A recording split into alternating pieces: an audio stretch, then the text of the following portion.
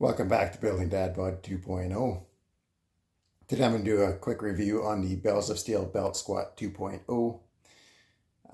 For anyone that's watched my channel, you know that I've had major back surgery and my L4, L5, S1 vertebrae fused together. So I put out a YouTube short a few days ago just saying how much I love this machine because it takes all the load off my spine. I had a few questions in there, so I figured I'd answer them in a review. So first off, someone asked, how much does the machine weigh when you unrack it? Just the machine itself, how much load are you lifting? So weighed it today and unloaded. You're squatting 36 pounds. I always kind of just assumed it was right around 45 like a normal barbell, but I was a little bit off on that. So apparently I've been lifting a little less weight than I thought. 9 pounds different, but that's okay. Now, with the belt squat, you can see here I've got the plate pegs mounted vertically. You can mount them horizontally, as you can see here.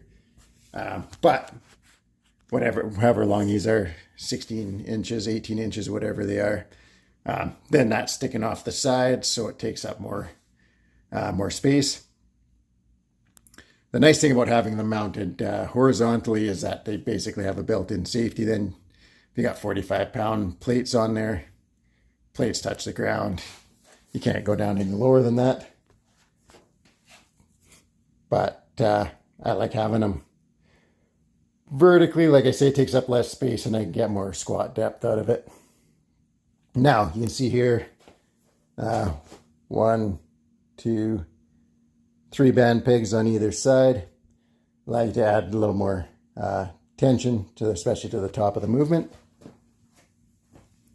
Here you can see when it's racked on the safeties, it comes with J-cup on either side and it's adjustable. So you can change the height wherever is comfortable for you. Bearings here, it's all got pillow block bearings with grease nipples. Greased mine up. Super smooth, really like that. Machine itself, really heavy gauge steel. I don't know what it weighs a couple 100 pounds. So no problem with it moving at all once you got it in place. As for the belt, there it is here. I find it quite comfortable. Sits around your hips. I've had a few people tell me that it digs in a little bit. I've never had that problem. I've had well over 300 pounds on it and never had any issue with comfort. The machine itself was super easy to put together. It probably took me just over an hour, and that was only a few weeks after having back surgery, so I wasn't moving very well.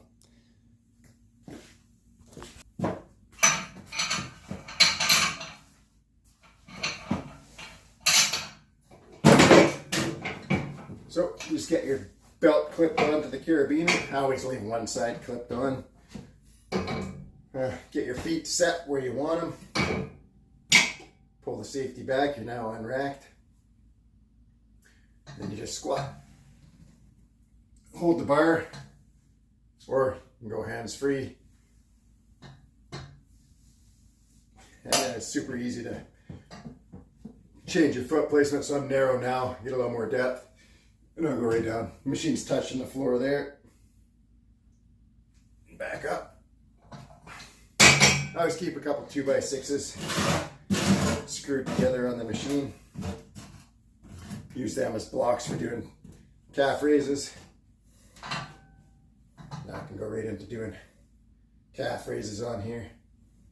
I've seen before some people will do them, take their feet to the back of the deck and do calf raises there. I find that a little more awkward. I prefer to do them on blocks, but you get about 1.5 inches of depth there. Not quite as much as I get with the 2x6s together. Love this machine. Like I say, its main purpose is to allow me to do legs without loading my spine. I still do back squats, front squats. But I do a ton of belt squats. I do belt squats every workout, whether I use them for a warm-up or a main working set. And then I do back squats every other workout. When I go really heavy, a lot of times I'll go just heavy on the belt squat though, so I can go heavy without loading my spine. Now, a couple things that I wasn't a big fan of with the machine. When I bought it, the deck was super slick. I like to do my belt squats a lot of times in my socks. So I took, as you can see there, and put some grip tape on it, a nice cheap fix. And then I also took and I put took a square and I put marks, lines across the machine. I always felt like maybe one foot was slightly ahead of the other. So I put marks on it. Now I know both my feet are lined up exactly. My brother got this belt squat. Mine's a couple years old. He just bought one a couple months ago, and I think his deck felt a lot more textured. I had no problems with my feet feeling like they were going to slide on there. So I think they've addressed that issue. And then the only other thing that it's not really a criticism, but something I might do differently would just be, I'd like it if the deck was a hair wider. Like I say, I like to do sumo squats, really hit my posterior chain on it. Love to be able to put my feet slightly wider. And then one other thing that I would love would just be the ability to put a actual drop-in calf raise attachment, and I might fabricate something up myself, put it on there and give it a go. If I do, I will make a video and show you guys. That's it for now. Thanks for watching. Remember to like, comment, and subscribe.